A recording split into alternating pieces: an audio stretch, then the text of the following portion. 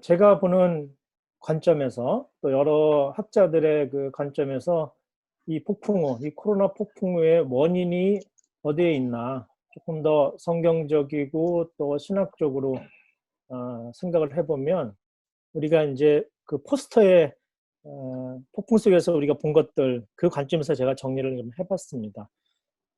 다시스로 도망가는 요나를 한번 묵상을 해봤고요. 그래서 인간의 불순종, 하나님의 그러나 그 인간의 불순종을 다루시는 하나님의 선교적 관점, 그리고 이제 마지막으로 황제에게 호소를 해서 로마 사람들에게도 복음을 전하기 위해서 가고 있는 바울. 그래서 그 배에 백부장과 함께 죄인의 신분으로 올라서 갔지만 결국 파선을 당하게 되는 그 로마로 가는 바울, 그 폭풍우, 이 두 개를 좀 모티브로 생각을 해봤고요. 요나나 바울은 이 폭풍의 원인을 알고 있었던 것 같습니다. 그래서 그 안에 하나님이 일하고 계신다라는 생각을 바울은, 요나는 분명히 했던 것 같고, 그러나 그에 비해서 선원들과 백부장들은 자신들의 그 경험, 지식을 계속 의존했던 것 같습니다. 심지어 요나에 보면은 각자 신에게 빌었다는 얘기도 나오고요. 바울의 그 경우에 백부장도 선원의 말에 더 귀를 기울이는 그런 장면들이 나옵니다. 지금 우리가 겪고 있는 여러 가지, 물론 백신이나 치료제가 나오면 일정 부분 해결이 되겠습니다만 인간 내면 속에 불어닥친 그 폭풍우들은 쉽게 지워지지 않을 수 있다. 그래서 코비드-19는 잠시 멈춤의 요구라고 생각이 됩니다. 그래서 20세기 70년대부터 근대를 극복하기 위한 포스트 모더니즘이 굉장히 강하게 불어졌었는데 실질적으로 포스트 모더니즘이 그 근대를 제대로 이게 지금 누가 어떤 어느 분이 그 스피커를 안 끄시고 계세요. 꺼주시면 아마 우리가 잡음이 덜 할 것 같습니다. 그래서 이 코비드-19는 진정한 의미에서 그 근대가 갖고 있는 한계를 잠시 스톱하고 근대의 그 폭주 기관차를 이 권의구 목사님 이 스피커를 잠깐 좀 꺼주시면 좋겠습니다. 네.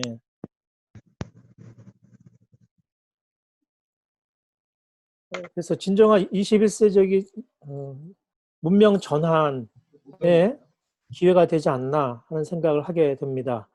그리고 이 개발과 성장의 경제, 힘과 무력의 정치, 최근에 이제 이 와중에서도 중국하고 미국하고 이렇게 힘의 대치를 벌이는 걸 보면서 이 세계 질서가 정말 좀 변화가 있어야겠다는 생각을 깊이 합니다. 그래서 또한 배제와 차별의 혐오의 문화가 인류 사회에 굉장히 깊이 들여져 있는데 코로나19라고 하는 것은 이런 모든 그 근대의 한계들을 우리에게 명확하게 보여주는 그런 계기가 아닌가 생각해 봅니다. 많은 학자들은 예컨대 낸시 프레이저나 또는 찰스 페로우나 이런 사람들이 비슷한 얘기를 하는데 물론 이것은 토마스 쿤이 이미 정상 과학을 얘기하면서 얘기를 했어요. 그러니까 지금 우리가 정상이라고 알고 있는 것들, 노말이라고 알고 있는 것들이 가지고 있는 내재된 한계가 있다는 뜻이에요. 그래서 그 내재된 한계로부터 자연스럽게 발현되는 위기다라는 뜻입니다. 그래서 정상적 위기, 낸시 프레이저는 지구 사회에서의 정의라는 그런 어젠다를 통해서 굉장히 중요한 그 논의를 이끌고 있는 분이신데 이분이 올드 노말, 그러니까 예컨대 베스트 팔렌으로 규정되어 있는 근대 세계의 기초적인 이 올드 노말에 내재되는 위기가 자연스럽게 나타나는 것이 지금 우리가 겪고 있는, 물론 이제 코로나 얘기하는 건 아니에요. 현재 우리 인류가 겪고 있는 정상적인 위기다. 근데 지금 우리가 뉴 노멀을 얘기하잖아요. 그래서 제가 볼 때는 이게 아마 그 상호 연계가 될 수 있을 것 같아요. 정상사고라는 말은 이 찰스 페로라는 사람이 얘기하는 것인데 그 normal accident라고 그래요. 그래서 우리가 살아가고 있는 이 기존 시스템이라는 게 상호작용적 복합성을 갖고 있다고 그래요. interactive complexity가 있는데 이것 때문에 어디 하나가 그 시스템이 아주 공고하게 짜여져 있기 때문에 시스템 어디 하나가 문제가 생기면 연쇄적으로 시스템의 붕괴가 온다는 거예요. 이게 지금 우리가 살아가고 있는 근대적 또는 후기 근대적 세상이라는 것이고, 그래서 지금 겪고 있는 위기나 원인들은 내재되어 있는 원인들이 밖으로 자연스럽게 드러나는 것이다. 이제 여기에 대해서 인간은 팬데믹 상황에서 우리가 어떻게 대응하고 있냐면은 연결되어 있습니다. 그러나 서로 관계적이지 못하다는 거, 신자유주의나 또 여러 가지 힘의 논리 등등, 배제 혐오의 논리 등등이 있어서 우리가 한 국가가 잘한다고 해서 다른 국가가 안전한 게 아니지 않습니까? 이렇게 연결되어 있다는 건 분명한데, 그러나 관계적이지 않다는 건 명확하게 우리가 알게 된 것 같고요. 가장 큰 고통은 제가 볼 때는 역시 경제적 타격이죠. 그래서 지속까지 가능하지 않은 소비적 구조를 우리가 앞으로 계속 이렇게 가져갈 수 있을지 굉장히 큰 질문이 남겨져 있고요. 가장 큰 위선은 이 근대 국가가 특별히 서구 국가들이 자랑했었던 시니어들에 대한, 여성애들에 대한 톨레랑스 등등의 근대적 가치들이 있잖아요. 합리적 이성이나 인권의식 이런 것들이 완전히 상실되어 버리는, 지금 미국만 해도 뭐 플로이드 이후에 엄청난 인권 문제가, 인종 문제가 제기되고 있지 않습니까? 한국에서도 그런 혐오의 문제가 굉장히 지금 공고하게 드러나고 있고요. 유럽도 마찬가지입니다. 그래서 이 근대적인 인간의 합리적 이성이 가지고 있는 그 뒷면의 위선들이 다 드러나고 있다. 그래서 세계는 패권주의와 자국 중심주의의 한계가 지금 드러나고 있는 현실이다. 저는 이렇게 진단을 하고 있습니다. 이 미중 대결이 어느 정도 갈지요. 좀 총영사관 상호 패스하고 그러는데요. 종교는 제대로 순기능을 하고 있지 못하는 것 같습니다. 세상의 중심에 되려고 하는 욕망이 있는 것 같아서요. 이 종교들이 그런 이런 인류사적 위기 앞에서 무력한 이유는 자신들이 중심이 되려고 하는 욕망이 있지 않는가 생각해 봅니다. 교회는 사실은 지금 빨리 제가 볼 때는 개인적으로는 디지털 성육신이라는 의제로 넘어가서 이거를 진지하게 고민해야 될 때로 지금 이미 훨씬 빨리 지나가고 있는데, 여기에 대한 기득권적인 저항이라는 것이 굉장히 지금 일어나고 있다. 이렇게 또 볼 수 있겠습니다. 신자들은 이 신앙행위의 주도권의 매력적인 경험을 지금 하고 있습니다. 옛날에는 교회에서 그 사무실에서 온라인 예배를, 영상 예배를 드린다 하더라도 이렇게 움직이지 못했잖아요. 지금은 집에서 리모컨을 끌 수가 있고요. 채널을 선택할 수가 있고요. 등등 여러 가지 자기 주도적인 그 통제를 통해서 자기 신앙의 주도권을 경험하고 있어요. 그것이 옳고 그르다는 판단은 별개로 하고요. 그래서 앞으로 남은 과제는 과연 진정성 있는 영성 또는 우리가 신앙의 본질을 회복할 수 있느냐, 아니면 기존의 방식을 전복하느냐, 이 갈림길에 놓여 있지 않느냐, 이렇게 저는 생각을 해 봅니다. 폭풍 속에서 듣는 세밀한 음성. 저는 이제 이건 한국교회 세팅이에요. 한국교회가 하나님의 명령대로 정말 다시스로 가고 있었는가, 아니 니느웨로 가고 있었는가, 아니면 그동안 열심히 다시스로 가다가 폭풍을 만난 건 아닌가, 이런 고민을 하게 됩니다. 또 바울이 만난 폭풍우처럼 바울이 하나님 앞에 무릎 꿇었을 때에 하나님께서 그 가이사 앞에 네가 서야 되겠다, 그러니까 두려워하지 말아라, 이렇게 말씀해 주셨잖아요. 이 음성을 우리가 정말 듣고 있는 것인가 라는 생각을 이제 하게 됩니다. 그래서 요나 같은 경우에는 나를 바다에 던져라 라고 말해서 다시 니느웨로 갈 수 있는 그 새로운 계기를 마련하지 않았습니까? 바울은 너희는 두려워하지 말라라고 선원들에게 선포함으로 말미암아 하나님이 이 모든 것들 주관하고 계신다는 사실을 공지를 했습니다. 이 선택지 중에 우리가 과연 한국교회가 선택하고 있나, 아니면 아직도 엉뚱하게 다시스로 가고 있는 건 아닌가, 이런 고민을 해봅니다. 이 그림은 렘브란트가 1633년에 그린 폭풍우를 만난 그리스도라는 그림입니다. 앞쪽에 우왕좌왕하는 그 제자들과는 달리 뒤쪽에 아마 베드로, 야고보, 요한 같아요. 예수님과 이제 빨리 우리를 구원해달라고 요청하고 있는 그림이죠. 근데 거기 밧줄을 잡고 있는 한 낯선 얼굴이 보입니다. 이 사람이 렘브란트가 자기를 그려놓은, 그래서 이 폭풍 속에서도 이 자연을 다스리시는 그 주님을 나는 따르겠다라고 하는 자기 신앙 고백을 이 그림에 담았다고 합니다. 그래서 너희 믿음이 어디 있느냐라고 말씀하시는 주님의 음성을 우리가 듣고 있는가, 이런 고민을 하게 됩니다. 그래서 변화의 반영을, 즉 우리가 신학적으로 생각하는 뉴노멀을 제가 매트릭스를 통해서 표현해 봤는데요. 사실 우리가 지금까지 누렸던 인티머시는 교회 공동체라고 뭐 교제다 뭐다 성도의 교제다 했으면 이게 전부 다 모더닉한 거였어요. 그 안에 특별히 한인교도 마찬가지죠. 미국 교회는 거기에 위계가 있고요. 그런 어떤 계급적 갈등이 있고요. 또 등등 그런 우리가 보이지 않는 그런 것들이 다 있었지 않습니까?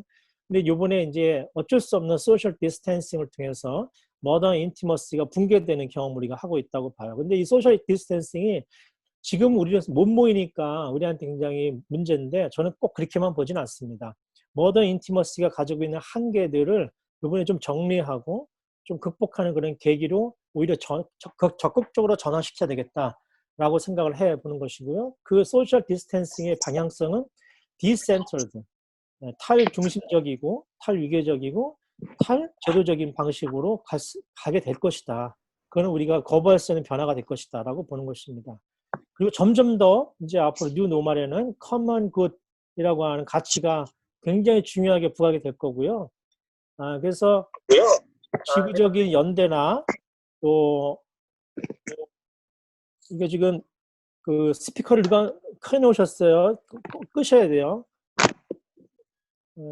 홍은표 목사님 스피커 꺼주셔야 되겠습니다. 그래서 네. 이런 가치들이 우리가 쉐어가 안 되면 이제는 도태되는 그런 시대가 앞으로 점점 올 거라고 보고요. 미로슬라프 볼프가 코로나 이전에 쓴 책입니다만 휴먼 플로러싱, 인간의 번영에 대해서 종교가 앞으로 굉장히 깊이 기여해야 된다 이런 얘기를 하거든요. 이 플로리싱이 결국 공동선입니다. 그래서 이 공동선에 기여하는 한국교회 또는 미국 교회가 세계 교회가 되지 못한다면 앞으로 새롭게 된 뉴 노멀의 이 공론장에서 함께 참여하기 어려울 것이다 라는 생각을 하고 포스트 코비드 19 티올로지를 이제 만들어 나가야겠다. 그 네 가지 제가 그냥 심플하게 만들어 봤는데요. 옛 포도주를 옛 부대에 담는 거, 새 부대에 담는 거. 옛 부대에 담으면은 맛없는, 매력 없는 복음이 되고 잔치에는 못 쓰죠. 근데 옛 와인을 새 부대에 담는 아주 일시적인 매력, 뭐 하드웨어 바꾸고 뭐 이런 거. 그러나 취객은 넘어갈 거예요. 그러나 뉴 와인을 올드 와인 스킨에 담을 수도 있죠. 이거는 아주 기득권을 위한 이기적인 매력은 제공할 수 있습니다. 그러나 성경에서 요구하는 것은 뉴 와인을 뉴 와인 스킨에 담아라. 결국 이것은 새로운 매력적인 복음을 이제 전해야 되겠고 새로운 잔치를 준비해야 된다. 이런 제안을 드리게 됩니다. 두 가지 방향이 있을 수 있는데요. 리니어로 가자. 이거는 온라인으로 가자입니다. 이 중간을 설명하기 위해서 많은 설명이 필요합니다만은 이제 우리가 뭐 학술적인 내용들이 아니니까 그냥 제 생각만 쭉 일방적으로 말씀드릴 수밖에 없어요. 그래서 디지털 성육신으로 가자는 것이고요. 최근에 한국에서는 국회에서 싸이월드 추억법이 발의가 됐습니다. 싸이월드가 이제 폐쇄되려고 그러니까 여기에서 활동하던 사람들이 난리가 났어요. 내 글, 내 사진 다 내놔라 이렇게.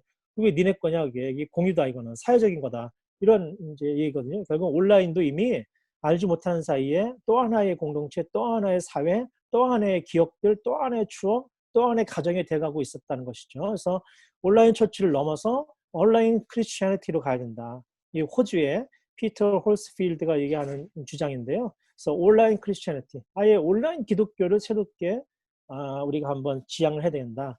이것이고 영국의 프리미어 크리스천 미디어에서 찾아가시면 온라인 여러분이 아마 인사이트 저희 홈페이지에 들어가시면 여기에서는 지금 이미 엄청난 방식으로 그 플랫폼을 제공하면서 그 온라인 교회들의 방향성을 지원하고 돕고 세미나하고 컨퍼런스를 지금 하고 있습니다. 굉장히 얻을 게 많습니다. 미국의 라이프 처치 다 아시죠? 오픈 네트워크라는 플랫폼을 제공하면서 누구든지 온라인 개척에 참여할 수 있도록 그렇게 하고 있습니다. 한국에 아들렘 공동체가 있고요.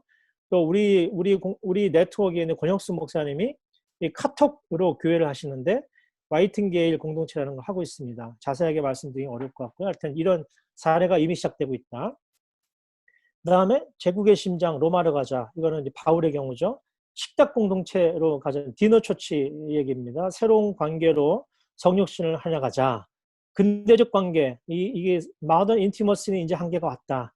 소셜 디스텐싱이라고 하는 새로운 뉴 노멀에 맞추는 새로운 방식의 관계성으로 가자. 이게 디너 처치 플랜팅을 제가 보고 받은 인사이트입니다. 그래서 지금까지는 예배 드리고 밥 먹었는데 초대교회처럼 식탁과 예배가 함께 어우러지는 그런 공동체로 소규모로 가자는 거예요. 그래서 Theology of Food, 음식의 신학 같은 거 만들어서 만드는 거, 식사 만드는 것이 전부 리터지예요. theological 리터지예요. 그렇게 재조정하는 거죠. 세술과 세부대 식탁, 디너처치 컬렉티브라고 시애틀 중심으로 FX 프로그램으로 이미 진행되고 있습니다. 찾아가 들어가 보시면 여러 인포메이션을 받을 수 있고요. 그래서 여기서 얘기하는 건 종교개혁 신학이 이미 이제는 극복의 대상이다. 라고 이제 제시를 하고 있습니다. 그래서 이제는 온라인 리터지나 푸드 티올로지를 통해서 다음 세대는 이런 사람들일 수밖에 없으니까 준비를 해나가야 된다. 잘못 들으시면 안 되는데 기존의 권리 완전히 없애자는 뜻이 아니고 이런 새로운 방향들을 준비를 해야 되겠다. 이런 내용입니다. 네, 여기까지 마치겠습니다. 들어주셔서 감사합니다. 네, 감사합니다, 교수님. 네, 감사합니다. 귀한 강의 감사드리고요. 또 여러분들 이렇게 만나게 돼서 참 반갑습니다. 여러분 모두가 한 분 한 분들 다들 이렇게 귀하게 강의할 수 있는데 또 부족한 제가 이제 간단하게 그동안 이제 코로나 바이러스를 통해서 그런 그 생각들을 간단하게만 이렇게 정리하도록 하겠습니다. 먼저 저는 아주 주제가 참 잘 정해졌다고 생각해요. 그 폭풍 속에 내가 발견한 것들. 아주 주제를 참 잘 정했는데, 현재 전 세계가 겪고 있는 상황을 사실 폭풍 속에 있다고 하는 것이 아주 적절한 표현이라고 봅니다. 우리가 한국의 정치사를 논할 때, 격동의 시대라는 문구를 종종 사용합니다. 우리 일제강점기 초기, 또 해방 이후 한반도 분열 상황, 또 6.25 전쟁, 또 군사독재와 민주화운동 등을 언급하면서 예측할 수 없는 상황을 표현하는 용어라고 볼 수 있겠습니다. 우리가 미국의 현재 상황을 보면 그야말로 격동의 시대를 지나는 것을 경험하게 됩니다. 우리 한국을 비롯한 다른 많은 나라들이 이 코로나 바이러스로 인해서 폭풍을 겪었으나 안정세에 들어가는 데 반해서 미국은 계속해서 증가 추세이고 또 이에 대처하는 상황이 정치적으로 나눠져 있으며 심지어 마스크를 쓰는 것조차 정치화되어서 진영 논리로 각자의 주장을 펴는 데 대해서 많은 안타까움을 느끼게 됩니다. 또한 최근에 경찰 폭력에 대항해서 전국 각지에서 일어났던 데모를 통해서 오랫동안 쌓여져 왔던 인종차별에 대하여 변화되는 조짐이 있었지만은 이 일도 정치적으로 진영이 나눠져서 별로 진전이 되지 않은 것을 봅니다. 프랑스의 철학자인 버나드 헨리 랩이라는 이가 최근에 The Virus in the Age of Madness라는 책을 발간했습니다. 아주 최근에 발간된 거죠. 여기서 그가 주장하는 것은 역사적으로 사실 인류가 팬데믹을 여러 번 경험했습니다. 아주 심한 팬데믹을 경험했죠. 그러나 이번엔 경우가 다른 것은 이 팬데믹을 대하는 태도에서 지극히 개인주의적인 또 자기우선주의 그리고 자기 우월주의가 팽배한다는 것을 주장합니다. 특히 팬데믹을 거치면서 우리가 지금 보는 것은 미국은 정치적으로 많은 문제점을 드러냅니다. 과거에 미국에 기대했던 정치적 리더십이 여지없이 무너지는 경험을 하게 됩니다. 다른 나라에서 더 이상 미국을 기대하지 않고 또 존중하지 않고 또 심지어 신뢰하지 않는 것은 세계 정치 판도를 바꾸는 중요한 현상이라고 볼 수 있겠습니다. 물론 여기에는 현재 대통령의 언어와 행동이 많은 영향을 끼칩니다. 하지만 제가 볼 때는 이 미국이 자랑하는 양당 제도도 정치적으로 이러한 문제에 기여한다고 봅니다. 양당 정치 혹은 다당 정치는 이 민주주의의 기본을 이루고 또 다양하고 서로 상반되는 의견을 수렴하여 합의된 정책과 법을 통해서 정의를 이루는 아주 좋은 제도라고 볼 수 있습니다. 민주주의의 근본을 이루는 제도이죠. 하지만 복수 정당 체제의 문제점은 자신이 속해 있는 정당에 대한 무비판적인 지지를 하는 데 있는 것입니다. 그것은 미국도 그렇고 한국도 그렇고 많은 나라들이 겪는 어려움들이죠.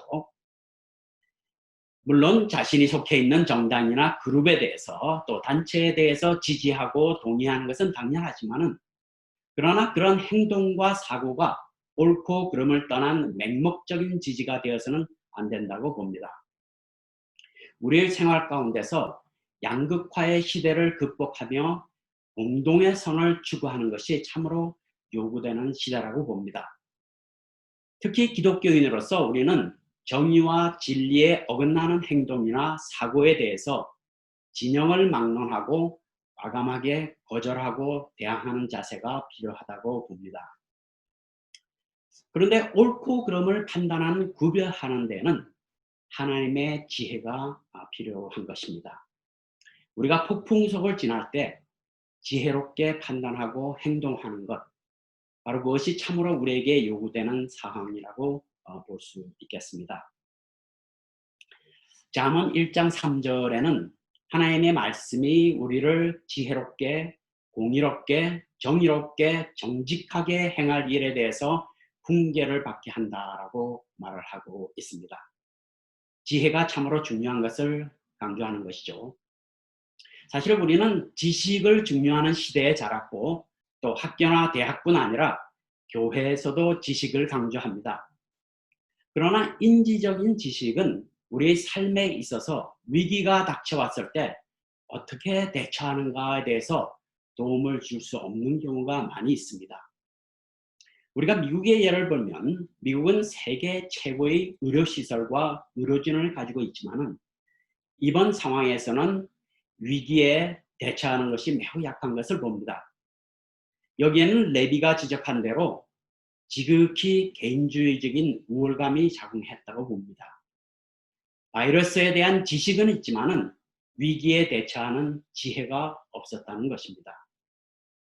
여기에 덧붙여서 정치인들 간의 집단주의가 팽배해서 자신의 정치적 경향을 주장함을 통해서 문제의 해결점이 보이지 않는 것입니다.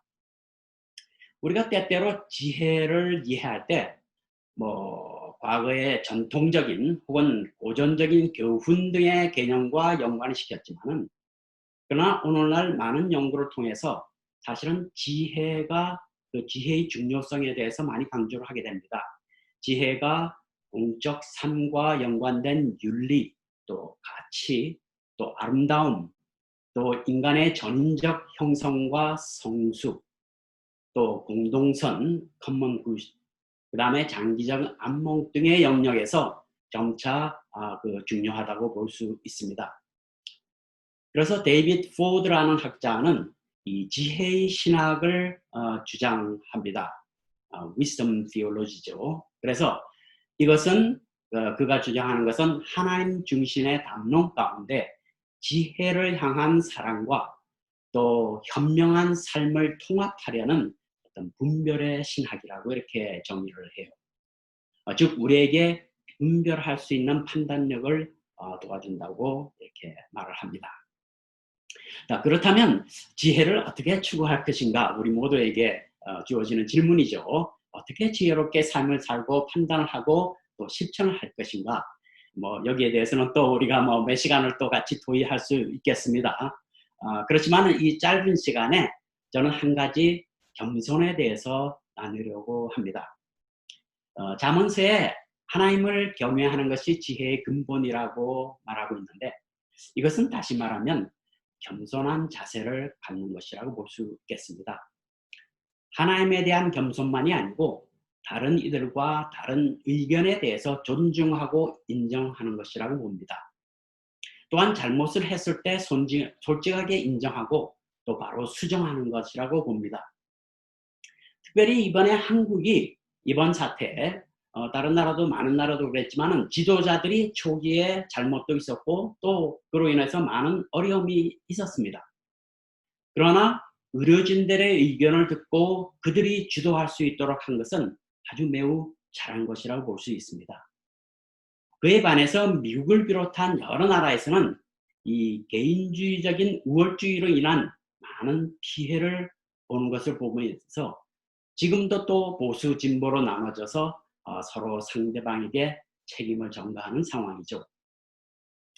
정치인들이 의료인들의 의견을 무시하거나 심지어 정반대되는 정책을 추진하게 될 때 우리는 현재 미국과 같은 심각한 상황에 처한다고 봅니다. 우리가 지도자의 위치에 있을 때 종종 우월적인 개인주의적으로 또 집단주의적으로 빠지는 것을 봅니다. 예를 들면 누가 박사학위를 받으면 또 교수가 되면 다 아는 같이 생각되죠. 실제로 사실은 지극히 좁은 분야에 대해서 전공을 하는 건데 때때로 박사학위를 가게 되면 교수가 되면 다 아는 것 같이 이렇게 행동을 하고 또 그렇게 생각들을 하게 됩니다. 지도자가 되면 될수록 겸손하여 다른 이들의 의견을 경청하는 것이 필요한 시기입니다. 목사의 경우도 마찬가지라고 봅니다. 우리는 겸손을 통해서 지혜를 배우는 자세가 필요하다고 봅니다. 그래서 이 어려운 시기에 교회에서도 서로의 달란트를 인정하고 여러 지혜를 모아서 어려움을 극복해야 되리라고 봅니다. 이제 결론을 내리려고 합니다. 모든 교회들이 이번 팬데믹을 거치면서 많은 고민을 하게 됩니다. 그야말로 격동의 시대를 지난다고 볼 수 있습니다. 신학대학들도 마찬가지입니다. 우리 모두가 많은 어려움이 있고 고민이 많습니다. 우리 모두가 하나님으로부터의 지혜가 절실히 요구되는 상황입니다.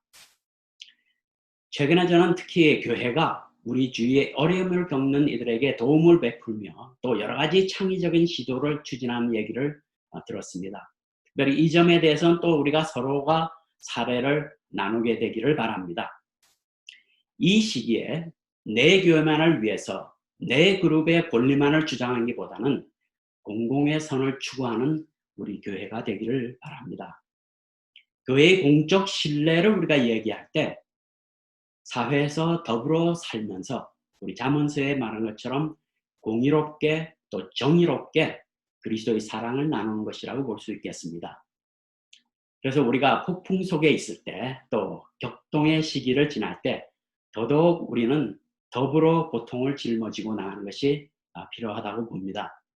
그래서 우리 겸손을 통한 하나님의 지혜가 또 우리를 통해서 우리 교회에 또 퍼져나가게 되기를 바랍니다. 감사합니다. 네.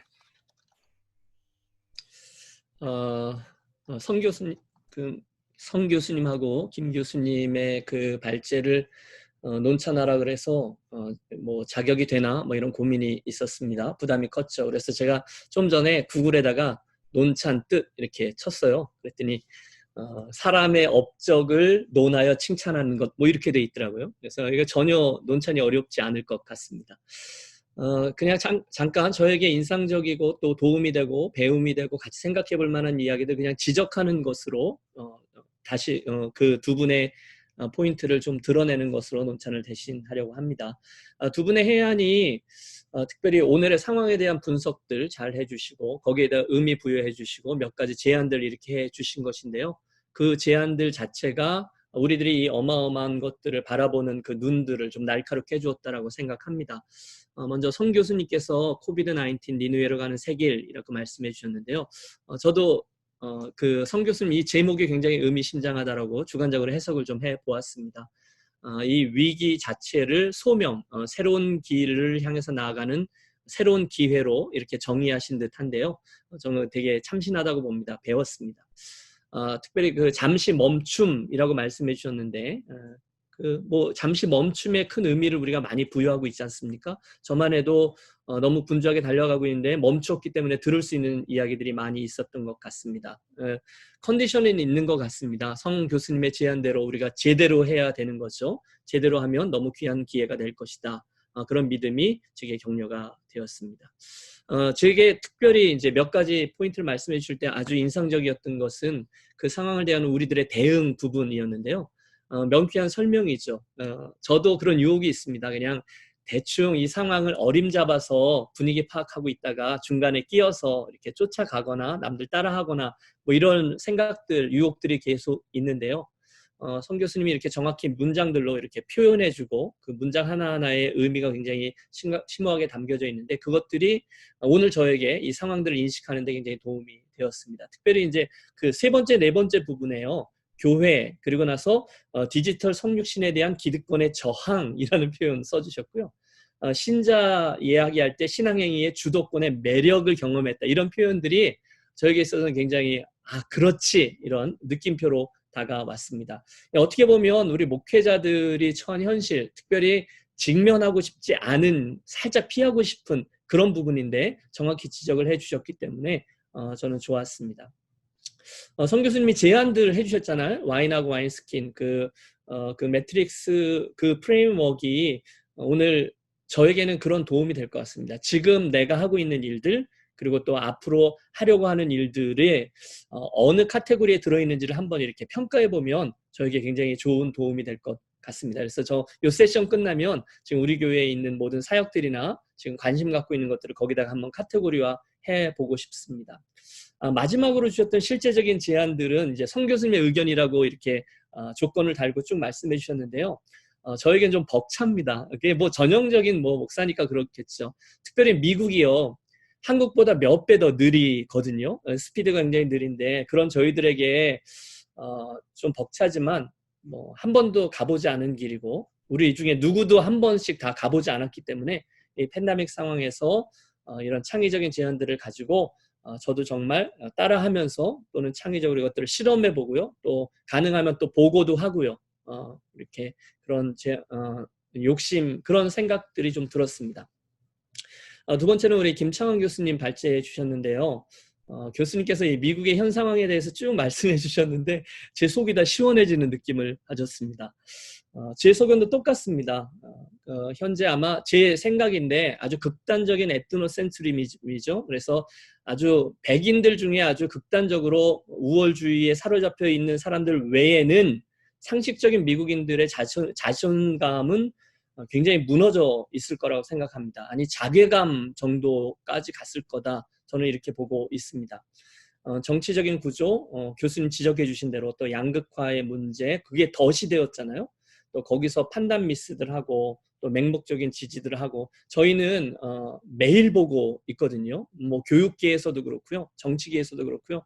그런 것들 때문에 이 모든 정책들이 진행되는 것들을 보면서 자괴감을 느낍니다. 그래서 이제 두 분이 다 이야기하셨던 공공의 선, 공동의 선을 추구하는 것은 둘째치고 아마 미국 사회의 지도자들이 바른 것에 대한 판단조차도 제대로 잘 못하고 있지 않는가 이런 생각을 해보았습니다. 예를 들면 김창원 교수님 지적하신 대로 그 의료진들의 의견이 무시됐잖아요. 이건 기가 막힌 일이죠. 그리고 정치적인 의도를 가지고 정책을 결정하는 거 말도 안 되는 거죠. 저는 이게 교수님께서 비교하신 지식과 지혜의 차이라고 봅니다. 지식은 있는 듯하지만 지혜가 없는 거죠. 저는 결은 좀 다르지만 이 점이 우리 이 화면 속에 계신 한 교회 공동체들을 섬기고 계신 우리 목회자들에게 참 의미 있는 도전이라고 생각해 봅니다. 오늘 나는 어떻게 하고 있냐는 거죠. 솔직히 저도 같이 동역자들과 같이 있을 때 교우들 같이 대할 때 기술이니 유능함이니 또는 요즘 같은 경우는 IT 이런 것들에 우리들이 시선을 많이 향하고 있거든요. 요즘 IT 잘하고 또는 영상에 좀 실력 있는 부목사님들의 몸값이 많이 올라갔지 않습니까? 이게 이제 지식에 대한 포커스라고 본다면 하나님 나라의 가치는 좀 더 이 지혜, 통전적이고 통합적인 그런 개념이라고 생각합니다. 그래서 글로 더 돌려야 될 것 같아서 교수님이 지식 이야기, 지혜 얘기하는데 저는 그렇게 적용해 보았습니다. 저의 가치관이나 또 저의 시각 또는 목회의 어떤 원칙들을 다시금 점검해 보게 되었습니다. 좀 서둘러 말씀드리죠. 거기서 이제 계속 이어지는 포인트였는데 교수님이 제시해 준 게 이제 겸손이라는 방법이지 않습니까? 하나님 나라의 가치인데 저는 전적으로 동의합니다.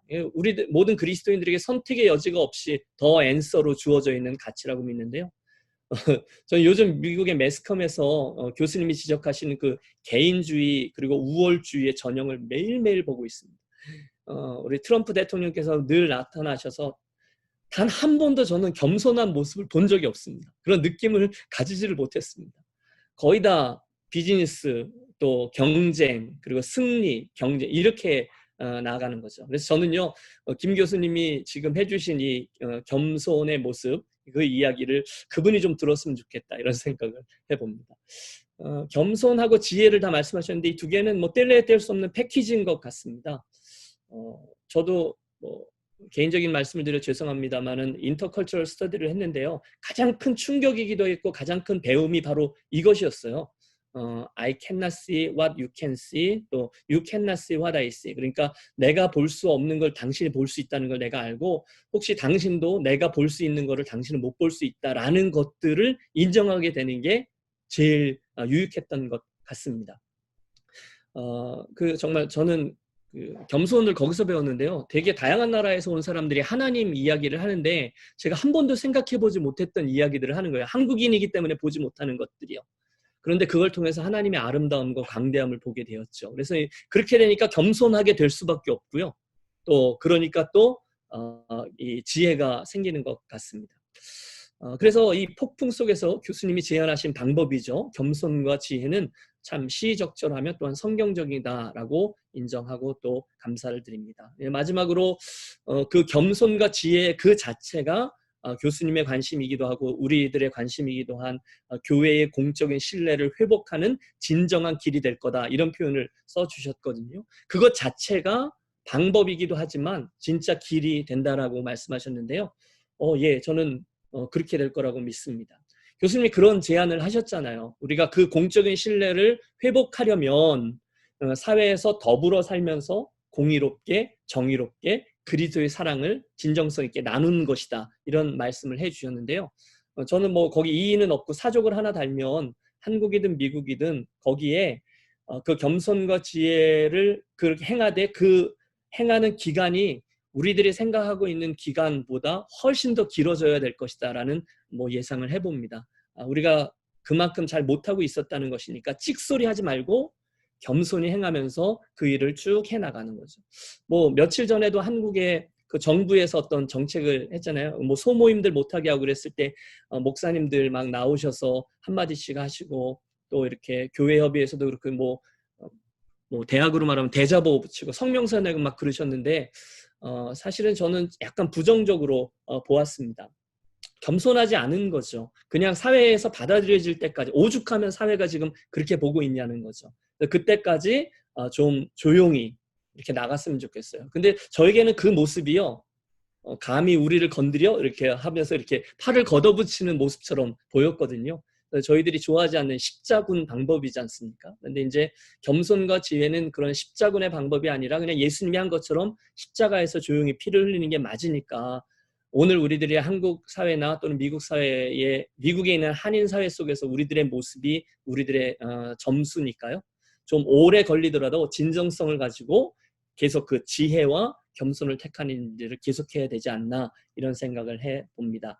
그게 정말로 교회가 공적인 신뢰를 회복하게 되는 일이라고 믿습니다. 뭐 이게 논찬이 될지는 잘 모르겠지만 두 분의 발제에 대해서 두 분의 발제에 대해서 논하며 칭찬합니다. 감사합니다. 네, 감사합니다.